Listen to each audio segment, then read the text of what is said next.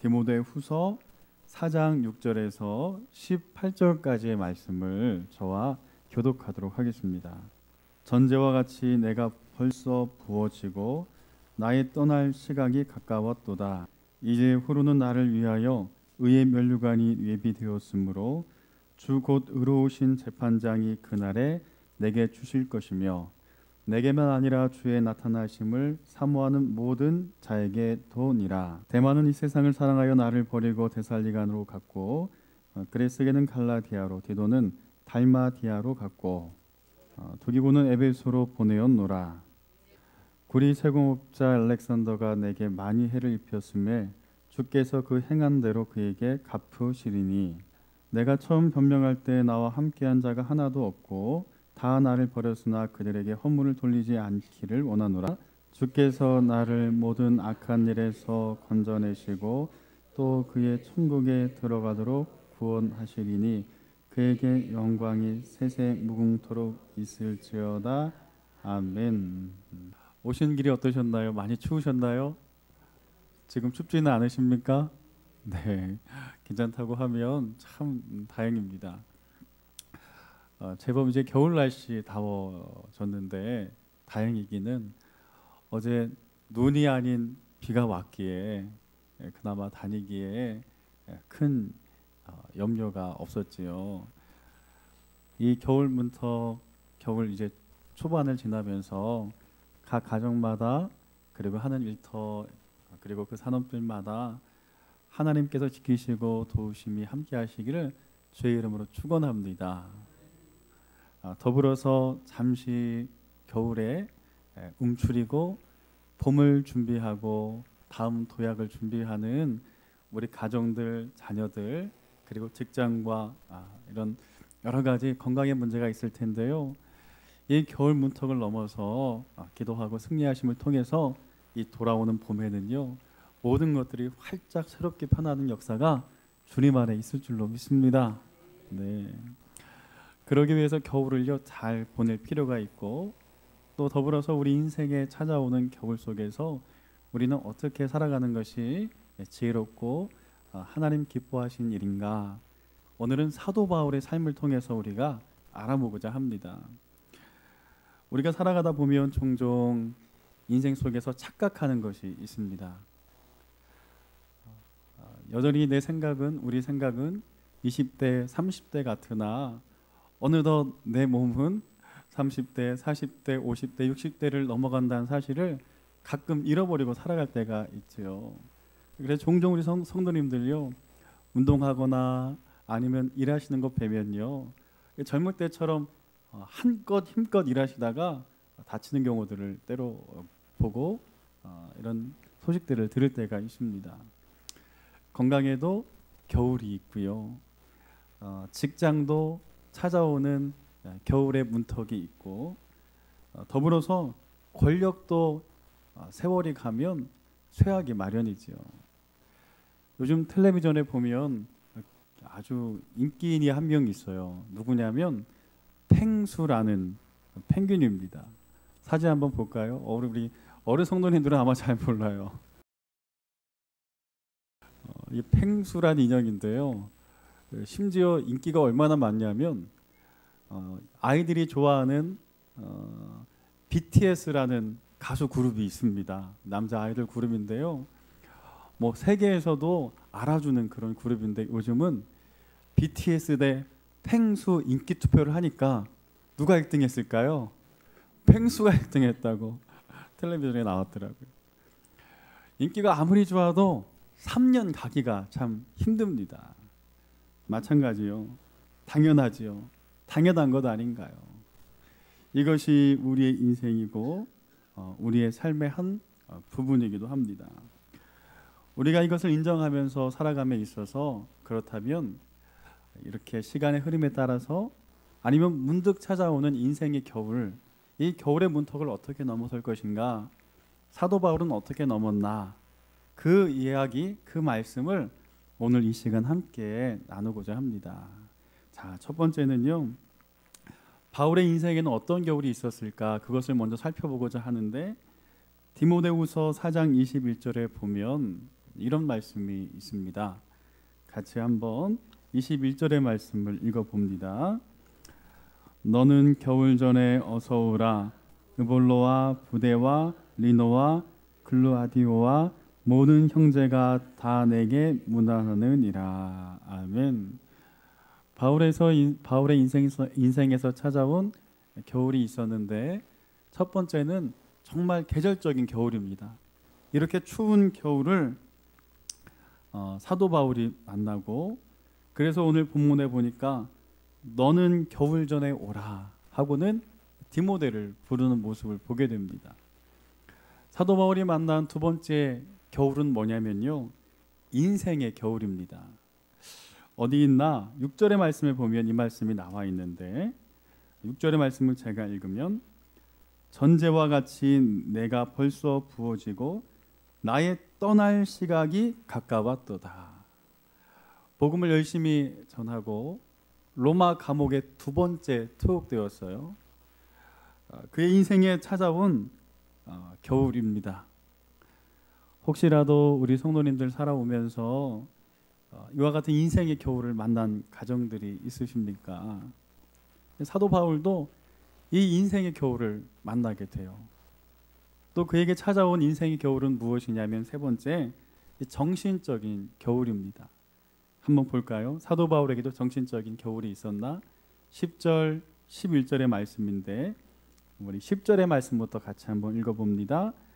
데마는 이 세상을 사랑하여 나를 버리고 데살로니가로 갔고, 그레스게는 갈라디아로, 디도는 달마디아로 갔고, 누가만 나와 함께 있느니라. 내가 올 때 마가를 데리고 오라. 그가 나의 일에 유익하니라. 아멘. 여기 보니까 사도 바울을 떠난 사람들의 이름이 쭉 나와 있어요. 데마는 이 세상을 사랑하여 나를 버리고 데살로니가로 갔고, 여러분 데마가 누구냐면요, 사도 바울과 함께 동역하는 중요한 인물이었어요. 그래서 서신서에 보면요, 그의 이름이 종종 등장하곤 했습니다. 그런데 그 데마도요, 세상을 사랑해서 사도 바울을 버리고는 다른 곳으로 떠나가 버리고 말았어요. 우리가 살아가다 보면 이런 사람들, 이런 친구들 종종 만나고는 하지 않습니까?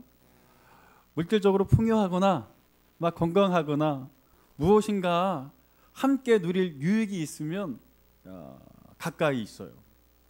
그런데 정작 힘들고 어렵고 육체적으로 쇠하고 하면 곁을 떠나는 사람들이 종종 있습니다. 아마도 이런 경험들을 살아오면서 한 번쯤은 다 해보셨을 텐데, 사도 바울이 그런 경험을 하면서 정신적인 이 마음적인 겨울을 맞게 됩니다. 게다가 보니까 데마만 떠난 것이 아니라 그레스게는 갈라디아로, 디도는 달마디아로 갔고, 바울 곁에는 지금 누구만 남았습니까? 11절에 보니까 누가만 나와 함께 있느니라. 의사 누가만 지금 사도 바울과 지금 로마에 함께 있고, 다른 동역자들은 다 사도 바울을 떠나고 말았어요. 목회하다 보면 종종 이런 슬픔과 아픔을 느낄 때가 있습니다. 열심히 신앙생활 하다가 이사해서 떠나기도 하고, 또 시험 들어 떠나기도 하고, 그런 경우들도 보게 되는데, 그런 목회적 경험을 일찍이 많이 하던 고훈이라는 목사님이 계신데, 그분이 이런 글을 쓰셨더라고요. 제가 좀 읽어드리면, 가난하게 하시니 아픔일 수 없습니다. 대신해서 주시는 은총이 더욱 큼을 알 수 있습니다. 잃게 하시니 손해일 수 없습니다. 거듭나게 하시는 은총이 더욱 큼을 알고 있습니다. 떠나게 하심이 마지막일 수 없습니다. 당신을 만날 수 있는 은총이 더욱 큼을 알고 있습니다. 그러나 양떼들이 흩어지면 나 또한 광야에 버림받은 목사가 되어 이토록 괴로워 떠는 것을 보면 이것만은 분명 내게 내린 당신의 형벌임을 알 수 있습니다. 이런 글입니다. 뭐 가난한 것, 뭐 잃어버리고 손해 나는 것, 그리고 이렇게 저렇게 상처받는 것, 이 모든 것들은 그 다음에 주실 축복이기에 이겨낼 수 있습니다 하고 고백하는데, 목사로서 이겨낼 수 없는 한 가지, 이 고은 목사님의 마음을 담은 마지막 구절인데, 양떼들이 흩어지면 나 또한 광야에 버림받은 목자가 되어. 여러분 그 마음 이해가 되지요? 이토록 괴로워 떠는 것을 보면 이것만은 분명 내게 내린 당신의 형벌임을 알 수 있습니다 하는 이제 고은 목사님의 글을 읽게 되면서 한편 그 마음에 동감하게 되지요. 우리 인생에 함께 하다 어느 누군가 떠난다면 그 또한 참 가슴 아리하게 되고, 이것이 때론 인생의 겨울처럼 느껴지기도 하지요. 자, 이런저런 겨울의 문턱을 사도 바울이 만나게 되는데, 이 문턱을 과연 어떻게 그는 넘어설 수 있었을까? 네 가지로 생각해 보고자 합니다. 첫 번째는요, 9절의 말씀인데, 사도 바울이 9절에서 뭐라고 하는가? 같이 한번 읽습니다. 너는 어서 속히 내게로 오라. 할렐루야. 누구를 속히 오라고 하냐면, 오늘 디모데 후서 우리가 4장의 말씀을 함께 나누고 있어요. 그럼 이 서신서를 받는 사람은 누굴까요? 디모데지요. 그래서 사도 바울이 편지를 쓰기를 너는 어서 속히 내게로 오라 할 때 이 말은 디모데를 말하고 있습니다. 디모데는 사도 바울에게 있어서 영적인 아들과 같은 매우 귀중한 존재였어요. 로마 감옥에 투옥되고 사람들이 다 떠나고 의사 누가만 그의 건강을 좀 돌봐주고 있어요. 그래서 마음이 얼마나 적적하고 힘든지 몰라요. 사도 바울도 우리와 똑같은 마음을 가졌기에 이런저런 배신의 마음, 상처의 마음으로 고통하고 신음하면서 이제 서신서를 쓰는 거예요, 노년에. 그러면서 디모데가 생각났어요. 디모데가 좀 와서 나에게 위로가 되어줬으면 좋겠다 하고는 너는 어서 속히 내게로 오라. 그냥 오라는 게 아니라 어떻게 오래요? 속히 오래요. 그러니까 빨리 보고 싶은 거예요. 빨리 위로받고 싶은 거예요. 우리가 때로 하나님 앞에 기도하고 또 하나님을 의지하면서 살아가긴 하지만, 때론 옆에 좋은 사람, 좋은 동역자 한 둘이 있음을 통해서 더 큰 위로를 받을 때가 있지요. 물론 그럼에도 불구하고 더 하나님 앞에 마음을 두고 살아가는 여러분 되기를 소망합니다. 곁에 있는 믿음의 동역자들이 때로는 큰 위로와 힘이 될 때가 있습니다. 디모데에게 부탁하는 거예요. 너는 겨울 계절풍이 불기 전에, 겨울 계절풍이 불면 에베소에서 로마로 배 타고 건너올 수 없으니까 바람 불기 전에 어서 속히 내게로 오라. 그러면 내가 너로 인하여서 위로를 받으리라. 여러분, 이것이 인간의 마음 아닌가요? 그래서 성경에 찾아보면 다윗에게는 이와 같은 위로자 친구가 있었습니다. 그 사람이 누구지요? 요나단이라는 친구가 있었어요. 또 다윗이 아둘람 굴에서 슬피 울고 혼자 적적하여서 참 고통하고 신음할 때에요, 그를 찾아왔던 사람들이 있습니다. 그게 누구냐면 사무엘상 22장 2절에 보면 환난당한 모든 자와 빚진 자와 마음이 원통한 자가 다 그에게로 모였고 그는 그 장관이 되었는데 그와 함께한 자가 400명 가량이었더라 하는 글이 나와요. 다윗이 고난 중에 그것을 혼자 이긴 건 아닙니다.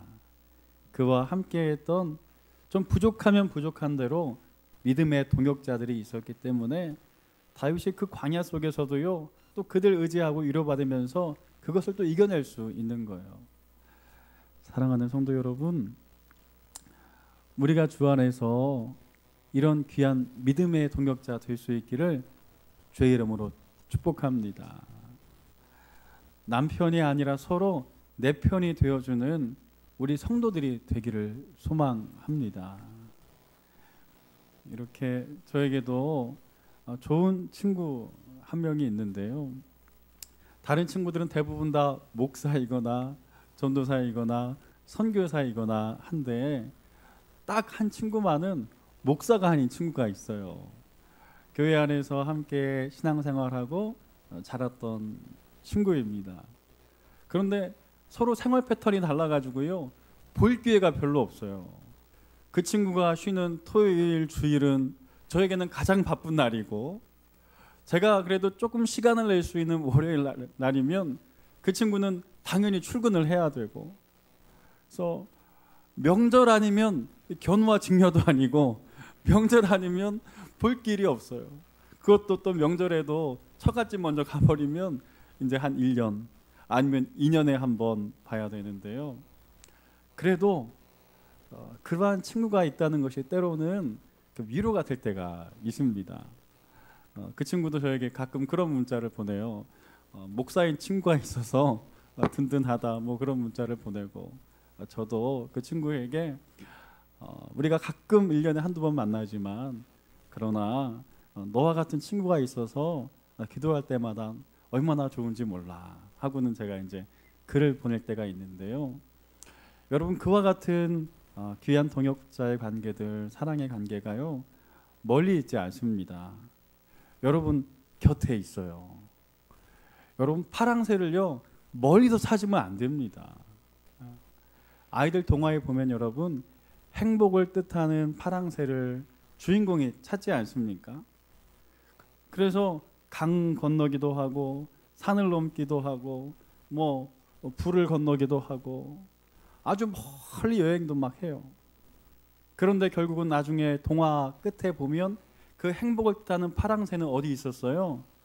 자기 집에 있었던 거예요. 그걸 보지 못하지요. 여러분, 우리도 마찬가지일 수 있어요.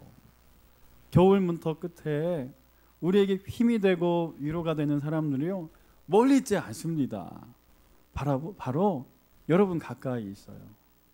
그래서 우리 교회 안에서 서로 위로하고 위로받는 귀한 믿음의 동역자들 다 될 수 있기를 주의 이름으로 축원합니다. 질환지교를 꿈꾸며라는 문학가 유한진 교수의 글에 보면 이런 내용이 나옵니다. 저녁을 먹고 나면 허물없이 찾아가 차 한 잔 마시고 싶다고 말할 수 있는 친구가 있었으면 좋겠다. 입은 옷을 갈아입지 않고 김치 냄새가 좀 나더라도 흉보지 않는 친구가 우리 집 가까이 있었으면 좋겠다. 비 오는 오후나 눈 내리는 밤에도 고무신을 끌고 찾아가도 좋은 친구, 밤늦도록 공허한 마음도 마음 놓아 보일 수 있고 악의 없이 남의 이야기를 주고받고도 말이 날까 걱정되지 않는 친구가, 때로 약간의 변덕과 신경질을 부려도 그것이 애교로 통할 수 있는 정도면 괜찮고, 나의 변덕과 괜히 흥분해도 적절히 맞장구 쳐주고 나서 얼마의 시간이 흘러 내가 평온해지거든 부드럽고 세련된 표현으로 충고를 아끼지 않는 그런 친구가 있었으면 좋겠다 하는 글이 있습니다. 우리 모두가 교회 안에서 이와 같은 부부요 친구 되시기를 주의 이름으로 소망합니다. 이런 친구가 없으면요, 여러분이 그런 친구 되어 주시기를 바라고, 멀리서가 아니라 여러분 가슴 속에 있는 우리를 친구라고 부르시는 주님, 그 주님 붙드시기를 소망합니다. 요한복음 15장 15절에는요 그래서 이렇게 말씀하고 있어요. 같이 한번 읽어보겠습니다. 시작. 이제부터는 너희를 종이라 하지 아니하리니 종은 주인이 하는 것을 알지 못함이라. 너희를 친구라 하였노니 내가 내 아버지께 들은 것을 다 너희에게 알게 하였음이라. 아멘. 우리의 친구가 되어주시는 예수님을 찾는 우리 모든 성도 되시기를 바랍니다. 아멘. 자, 두 번째로 겨울의 문턱을 넘어서면서 사도 바울이 집중했던 것은 무엇이냐면 하나님 말씀이었어요. 13절의 말씀을 같이 한번 읽겠습니다. 13절의 말씀. 내가 올 때에 내가 드로아의 가보의 집에 둔 겉옷을 가지고 오고 또 책은 특별히 가죽 종이에 쓴 것을 가져오라. 아멘. 여러분, 드로아 하면 생각나는 것 있지 않습니까? 사도 바울이 선교 여행을 하면서 그의 인생의 선교 여행을 바꾸었던 곳, 사도행전 16장 8절에 보면 무시아를 지나 드로아로 내려갔는데 밤에 환상이 바울에게 보이니 마게도냐 사람 하나가 서서 그에게 청하여 이르되 마게도냐로 건너와서 우리를 도우라 하거늘. 여기서 이제 드로아가 나옵니다. 그런데 디모데에게 부탁을 하는 거예요. 오면서 드로아 가보의 집에 둔 겉옷을 가지고 오고 또 책은 특별히 가죽 종이에 쓰여 있는 것을 가져오라 하고는 부탁을 하는데, 드로아가 어딘가 한번 지명 한번 보겠습니다. 혹시 보이시나요? 네, 제가 보면 저쪽 끝에 드로아라고 돼 있죠. 네, 그곳에 들려가지고 이제 옷도 그리고 가죽에 쓴 성경책도 가지고 지중해를 건너서 사도 바울에게 와라 하고는 부탁을 하고 있어요. 이 드로아는 어떤 곳이냐면 다음 사진 보면 여러분 이게 뭐냐면요, 트로이 목마 들어보셨죠? 네, 그리스 신화에 보면 트로이 목마가 등장을 하는데 그때 그 트로이가 바로 이 드로아라는 곳이라고 할 수 있겠어요. 자, 이 드로아에 들어가서 디모데가 가죽 종이로 쓴 성경을 갖고 오는데, 그런 성경은 어떤 성경인가 보면요, 여기 보이는 것처럼 이렇게 양피지에 글을 새겨가지고 이게 둘둘 맙니다. 이것도 현대식으로 잘 이렇게 꾸며놓은 건데, 이 성경책을 어깨에 메고 그리고는 늘 선교 여행을 할 수 없는 거예요. 그래서 한 부분에다 보관을 해놓고 필요할 때마다 이제 이것을 가져다 읽습니다. 지금 성경책은 이렇게 한 권이 들어와도 얼마나 가볍습니까? 그런데 과거에는요, 이와 같은 얇은 종이 기술이 없기 때문에요, 파피루스 갈대잎이나 아니면 양의 그 양피지에다가 성경 말씀을 쓰는 거예요. 그리고 이것을 둘둘둘 말아서 보관을 하고 필요할 때 이것을 펴서 읽고 이렇게 했어요. 사도 바울이 힘들고 어려운 시절 더 생각나는 것은 무엇이냐면 드로아 집에 있는 이 성경 말씀인 거예요. 그 말씀을 묵상하고 마음속에 다시 한번 새기기 위해서 디모데에게 부탁을 하고 하나님 말씀을 나에게 가져와라 하는 부탁을 해요. 여러분, 고난을 만나거나 힘겨운 시간, 그 시간 속에서 더 주님의 말씀을 묵상하고 가까이 하는 여러분 되기를 소망합니다. 여러분, 말씀을 읽으면요, 평안이 찾아옵니다.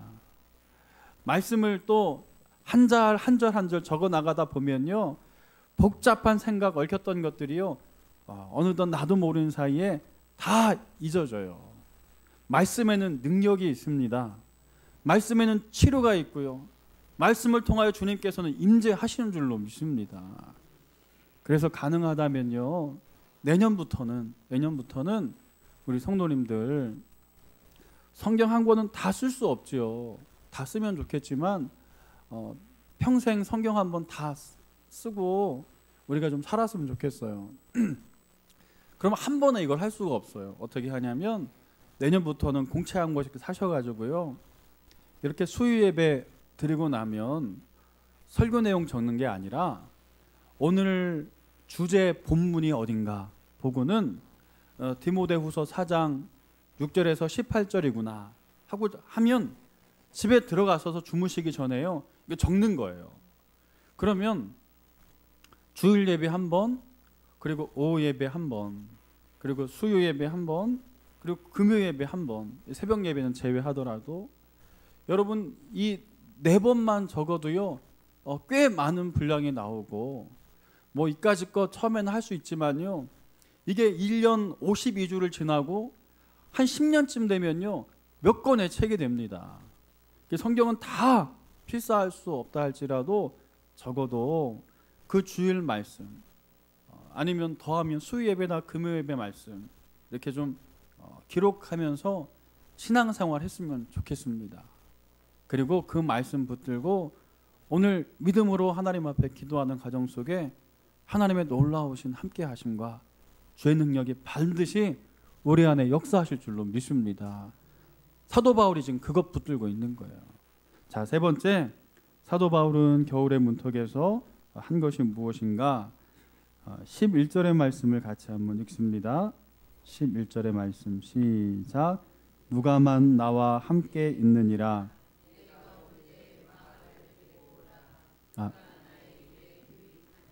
아멘. 자, 여기 중요한 인물 하나가 등장하는데 누가 말고 뒷부분에 보면 내가 올 때 누구를 데려오라고요? 마가를 데려오라. 이 마가는 마가 요한입니다. 우리가 잘 아는 것처럼 사도 바울을 배신한 인물이기도 해요. 선교여행 떠나서 이제 막 정말 열심히 선교여행하면서 복음 전해야 하는 1차 전도여행에서 사도 바울을 그냥 내팽개치고 집으로 도망가 버렸어요. 이게 바로 마가 요한입니다. 근데 불같은 성격인 사도 바울은요, 이 마가를 도저히 용서를 못 하겠는 거예요. 그래서 마가 때문에 바나바와 다투고 각자 2차 전도 여행을요 찢어져서 각자 떠나고 말아요. 그리고 나서 평생 마음속에 여러분 마가를 용서할 수 있었을까요? 근데 중요한 건 오늘 본문에 보니까 사도 바울이 마가를 용서하는 거예요. 그리고는 뭐라고 하냐면 내가 올 때 디모데야 내가 올 때에 마가를 데리고 오라. 그리고 그 뒤에 보면 뭐라고 되어 있냐면 그가 나의 일에 유익하니라. 그저 마가를 용서한 것뿐만 아니라요 마가를 어떤 인물이라고 표현하고 있어요? 유익한 사람이라고 도리어 칭찬하고 있습니다. 여러분 우리의 인생 이렇게 정리해 갈 시간들이 다가올 때가 있지요.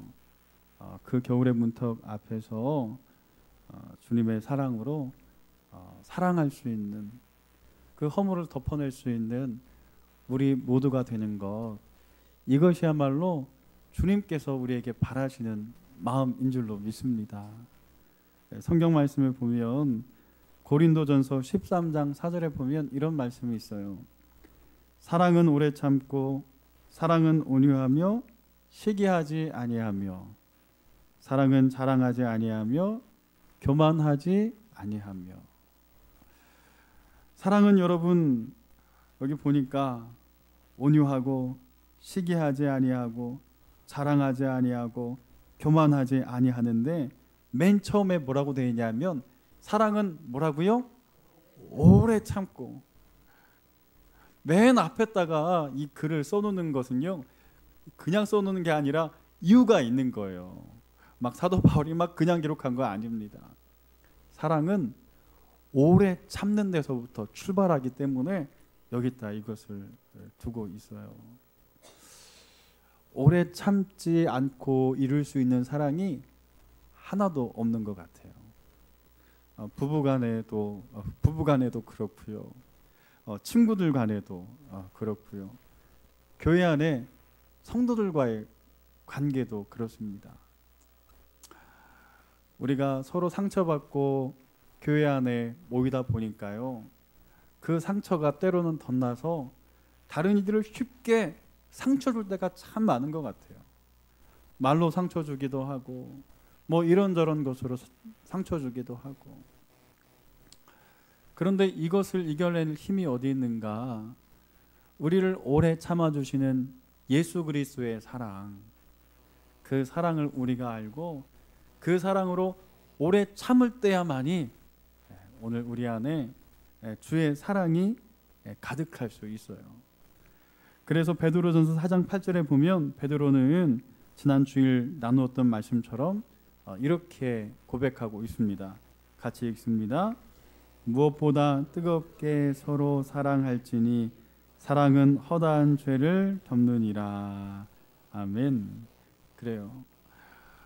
마가 요한을 사도 바울이 생각할 때 참 배신자이고 어떻게 그럴 수 있나 하는 원망의 대상이기도 합니다.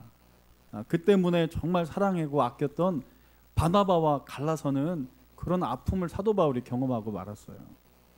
그런데 그가 노년에 겨울의 문턱 앞에서 했던 것은 무엇이냐면 그 사도 바울을 용서하는 일이에요. 그리고 그것뿐만 아니라 그가 나에게 유익한 자라고까지 칭찬하는 것을 보게 됩니다. 여러분 할 수만 있다면 주의 사랑으로 오늘도 허다한 죄를 덮는 여러분 되기를 소망합니다. 그리고 더불어서 한 걸음 나아가서요, 그에게 평안을 빌고 축복할 수 있는 여러분 되기를 소망합니다. 여러분 함께 나눴던 말씀처럼 평안은, 축복은 부메랑과 같다고 말씀을 지난번 함께 나누었어요. 새벽에도 이 말씀 함께 나누었는데, 축복은 평안을 선포하는 것은요 부메랑과 같아서 내가 상대방을 향하여 평안을 선포하고 축복할 때에 그 사람이 아멘 하고 받으면 그에게 축복이 임하고요, 그 사람이 그 축복을 받을 만한 사람이 안 되면 이 축복은 부메랑이 되어서 누구에게 온다고요? 나에게 온다는 말씀 우리 나누었죠.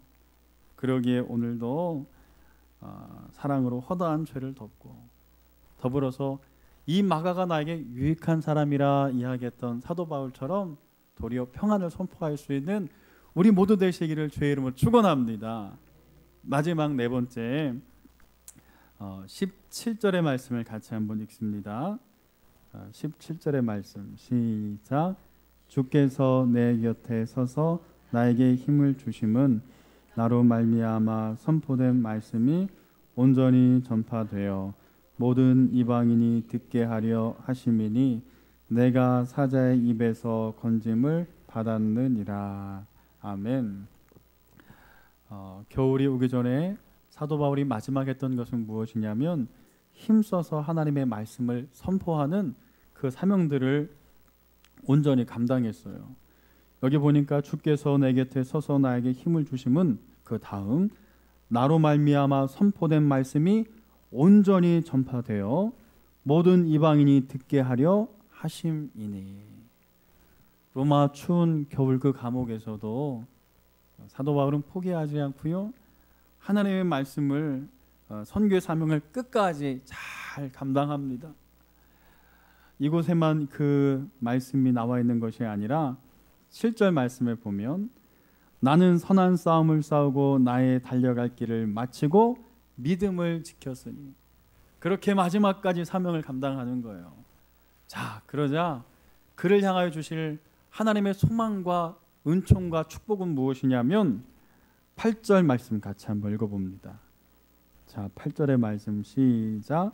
이제 후로는 나를 위하여 의의 면류관이 예비되었으므로 주 곧 의로우신 재판장이 그날에 내게 주실 것이며 내게만 아니라 죄의 나타나심을 사모하는 모든 자에게도니라.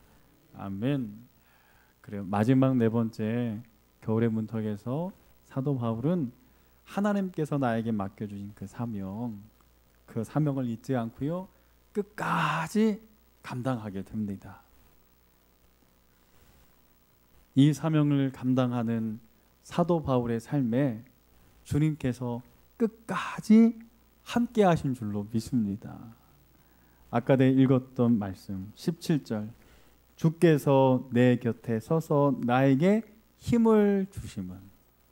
여러분 사명이 있는 자에게 주님께서 함께 하세요. 여러분 믿습니까? 사명을 잃어버리면 안 돼요. 사명을 붙들고 살아가면 주님께서 힘과 지혜를 주시고요, 위로를 주세요. 가끔 이제 목회를 마친 노년의 목사님들에게 때론 목회에 관하여서 물어보기도 하고 함께 대화를 하면서 종종 그런 이야기를 합니다. 목사님 이제 목회 잘 마치고 은퇴하셨는데 마음이 어떠세요? 시원하세요? 참 힘겨운 그 시간들을 잘 보내셨는데 어떠한 마음이세요? 하고 여쭤볼 때가 있어요. 근데 의외의 대답들이 가끔 돌아옵니다. 아, 시원하지. 아주 뒤도 돌아보고 싶지 않아. 이렇게 말하는 목사님들은요 거의 없어요. 은퇴하신 목사님들 한결같은 대답이 뭐냐면 목회할 때가 참 행복했어. 그때가 얼마나 좋았는지 몰라 하시는 말씀이 대부분이더라고요. 그렇게 목회할 때는 참 어려웠는데 어떻게 그 대답을 할 수 있을까 하고는 귀를 기울여 보면요 이런 말씀을 또 이어서 하세요. 목회할 때는 참 힘겹고 어려웠는데 그런데 힘든 만큼 주님께서 그때마다 위로해 주시고 또 길을 열어주시고 축복해 주시는 그것, 그 은혜를 그때는 경험했지 하는 말씀을 하시더라고요. 여러분 사도 바울이 지금 그것을 경험하고 있는 겁니다. 사명을 붙들고 끝까지 달려가는데요, 그 달려가는 길에 사도 바울만 혼자 있는 것이 아니라 사명의 자리에 주님께서 그의 곁에 함께 하신 줄로 믿습니다. 그래서 겨울의 문턱을 넘어내는 거예요. 이제 말씀을 마치고자 합니다. 인생살이 속에서 다가오는 이 겨울은요, 우리가 그 시간을 생각하지 못했던 때에 문득 다가오기도 하고 또 자연스럽게 다가올 때도 있습니다. 그런데 중요한 건 이것을 어떻게 넘어설 것인가. 오늘 사도 바울을 통해서 우리가 함께 나누었던 것처럼요, 믿음의 동역자들이 되어서 서로 위로하고 격려하셔서 함께 승리하기를 소망합니다. 그리고 할 수만 있다면 사랑으로 오래 참고 그리고 평안으로 축복하셔서 그 은혜를 누릴 수 있기를 바라고, 그리고 더불어서 맨 마지막 맡겨진 사명 감당하셔서 주께서 부어주신 놀라우신 은혜를 체험하시는 이 겨울의 문턱 되시기를 주의 이름으로 축원합니다. 함께 기도하겠습니다.